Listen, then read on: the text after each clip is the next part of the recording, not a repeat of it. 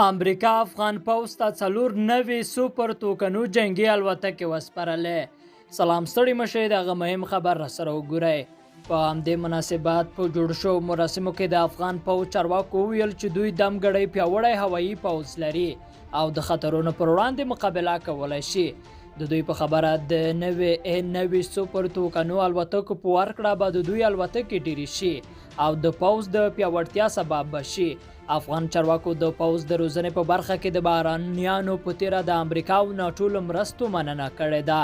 بلخو امریکایي چارواکو هم په دې مراسمو کې د خبرو پر مهال وویل افغان پوځیان دمګړی پیاوړي شوي او بریالي شوي چې د ترهګرو پر وړاندې اغېزناکه مبارزه وکړي. په افغانستان کې د امریکایي ځواکونو یو قماندان په خپلو خبرو کې وویل چې امریکا او ناټو د افغان ځواکونو پیاوړتیا ته ژمنه ده او دغه پوځ د لا پیاوړي کولو لپاره به خپلو همکاریو ته ادامه ورکوي. د په خبره د یادو الوتکو په ورکړې سره به افغان پوځ نور هم پیاوړی شي او په راتلونکو میاشتو کې هم افغان پوځ ته د ګڼو الوتکو د ورکړې پلان لري.